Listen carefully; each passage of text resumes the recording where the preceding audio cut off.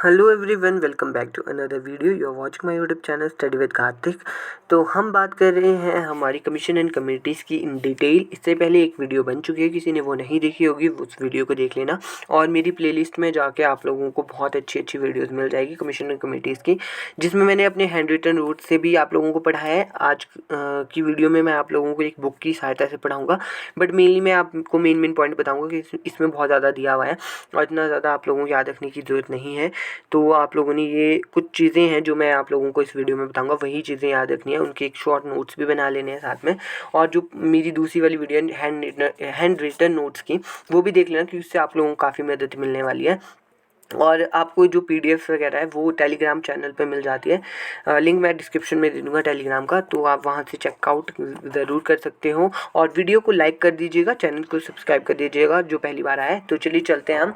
इससे पहले हम लोगों ने पढ़ लिया था जो भी हमारे राधा कृष्ण कमेटी तक था, वो हम लोगों ने पढ़ लिया था। इसके बाद आज हम बात करेंगे सेकेंडरी एजुकेशन कमीशन की। जो सेकेंडरी एजुकेशन कमीशन है इसे मुदालियर कमीशन के नाम से भी जाना जाता है।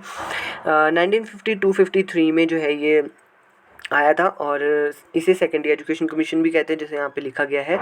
और इसके जो चेयरमैन थे वो कौन थे? मुदालियर थे, लक्ष्मण स्वामी मुदालियर, जो क्या थे? वीसी ऑफ मद्रास यूनिवर्सिटी थे उस टाइम पे। और इसको एस्टेब्लिश किया गया था 23 सितंबर को, याद रखिएगा, 1952। याद, ये भी पूछा जा सकता है। और इन्होंने रिपोर्ट सबमिट की थी 1953 में, इसीलिए मैंने पहले 53 भी कहा क्योंकि रिपोर्ट इन्होंने 53 में की थी। इसके बाद अगर इनकी मेन रिकमेंडेशन की हम बात करें तो इन्होंने बोला है कि जो हमारी सेकेंडरी एजुकेशन है वो जूनियर सेकेंडरी और हायर सेकेंडरी की इन्होंने बात की थी। जैसे कि आप लोगों को जूनियर सेकेंडरी समझिएगा, जूनियर सेकेंडरी होगी हमारी 6 to 8 क्लास, जो कितने साल की होती है? 3 साल की होती है, 6, 7, 8। और सीनियर सेकेंडरी होगी हमारी 4 साल की। 4 साल की क्या? 9th, 10th, +1 और +2। ठीक है, तो ये इन्होंने बात की थी। और इसमें 15 चैप्टर थे, याद रखना है। जैसे कि और इसमें अगर आप लोगों को मेन मैं बताऊं तो यही है, और इसमें ऐसा कुछ है नहीं। यहाँ पे देख लेते हैं, वैसे इन्होंने तो काफ़ी कुछ लिखा हुआ है। प्रॉपरली प्लान्ड एजुकेशन की बात इन्होंने की हुई है यहाँ पे। और उसके बाद इन्होंने the senior intermediate class should be combined with the degree classes and the junior intermediate class, हमारी जो +1 होती है, with the high school classes for diversification of course multi purpose school. इसमें तो बहुत ज़्यादा दिया हुआ है, इतना आप लोगों ने नहीं पढ़ना है। हाँ, ये एक इम्पॉर्टेंट मुझे लग रहा है। इंडस्ट्रियल एजुकेशन की बात कीजिए, है should be levelled in the process of the cess should be develop technical education. State government should make effort to open the girls school. ठीक है, इन्होंने क्या की थी? Girls school where there is demand for them. और 3 language should be taught in the school. 3 language की बात ही करते हैं।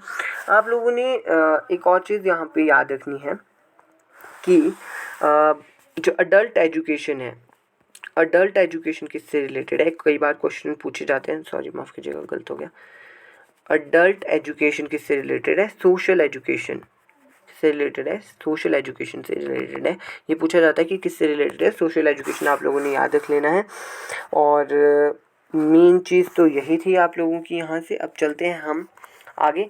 आगे आप लोगों के जो है यहाँ पे सीधे कोठारी कमीशन दे दिया गया है, लेकिन कोठारी कमीशन से पहले भी कुछ कमीशन यहाँ पे आते हैं।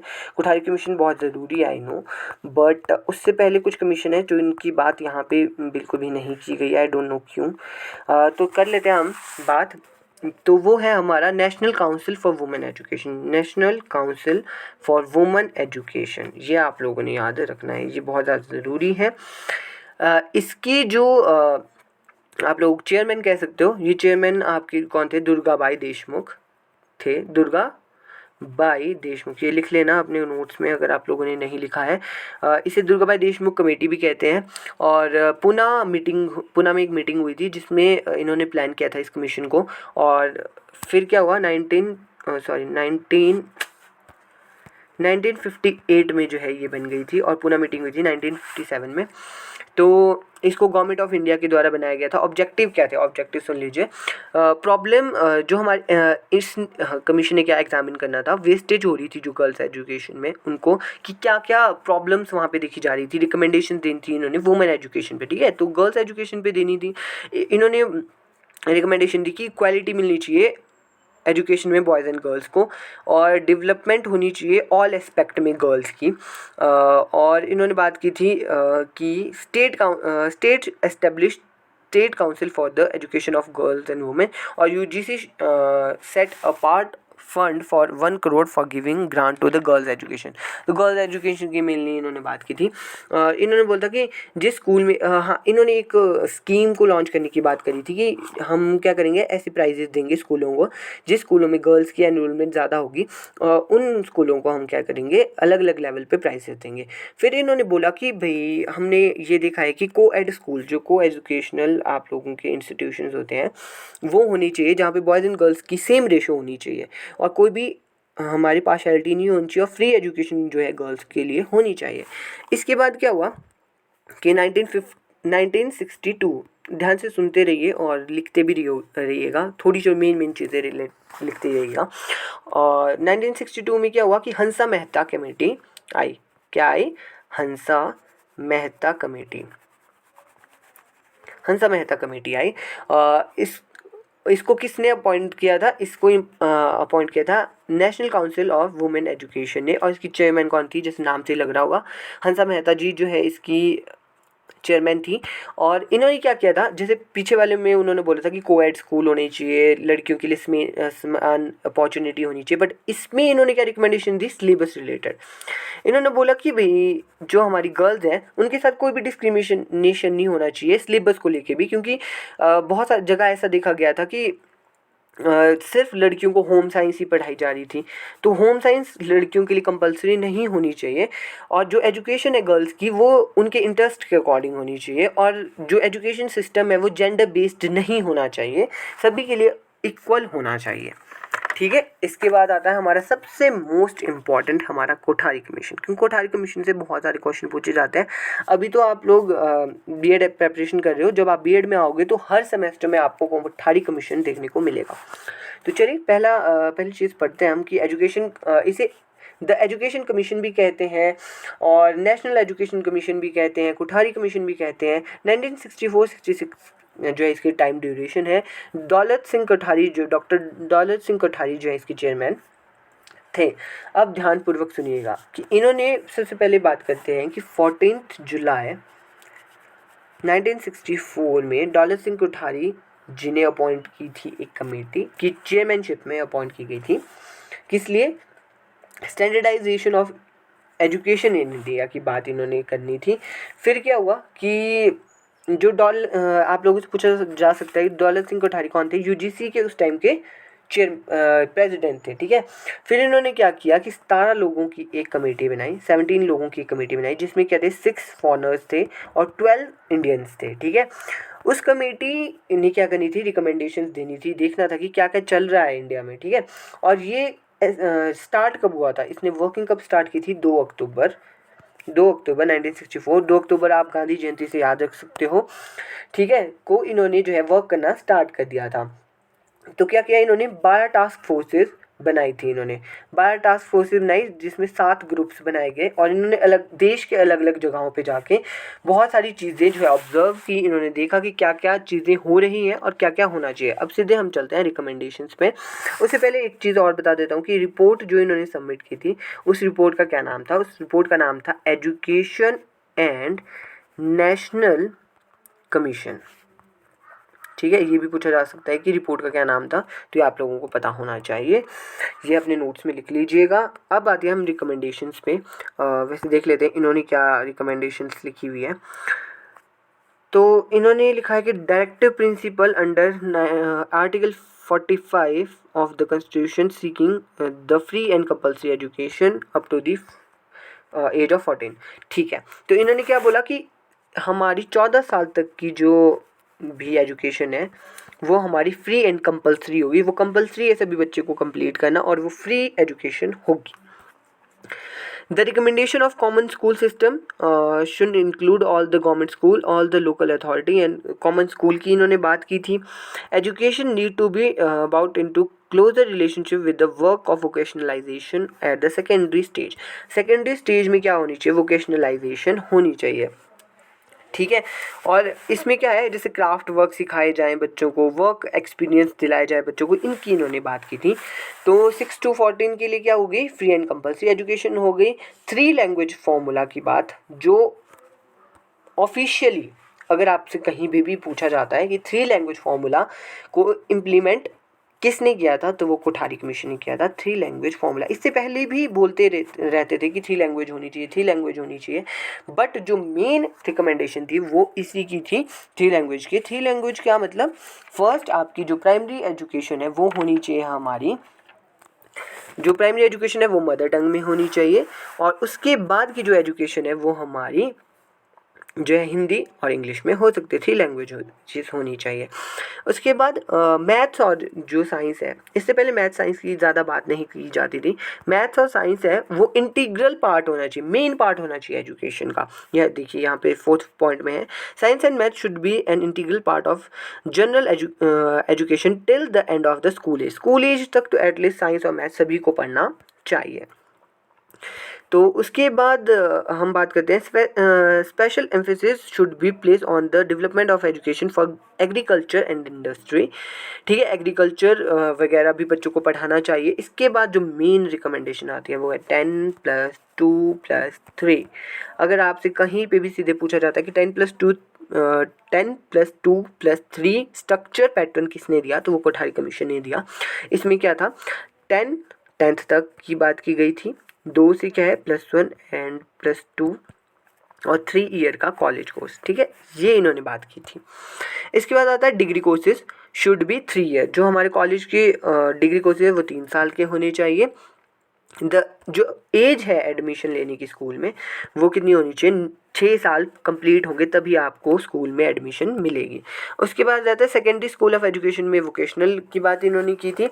और जो यूनिवर्सिटीज़ के लिए क्या रिकमेंडेशन थी कि वहाँ पे एजुकेशन को इम्प्रूव करना है.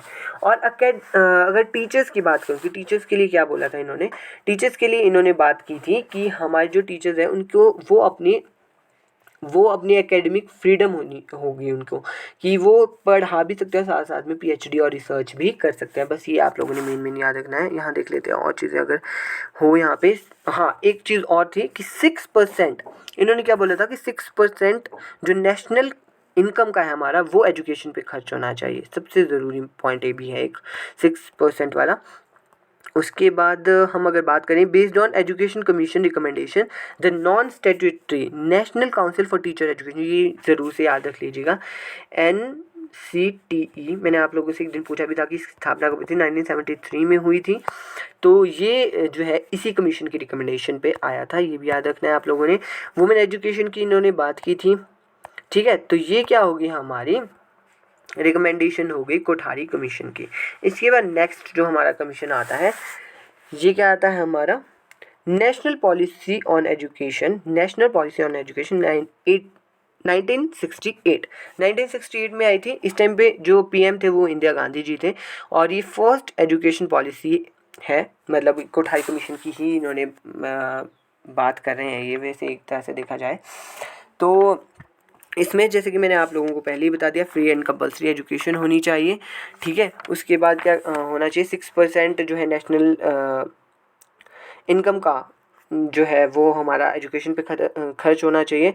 और इसमें यही लिखा गया है कि 10+2+3 का पैटर्न होना चाहिए. बस ये आप लोगों ने याद रख लेना है.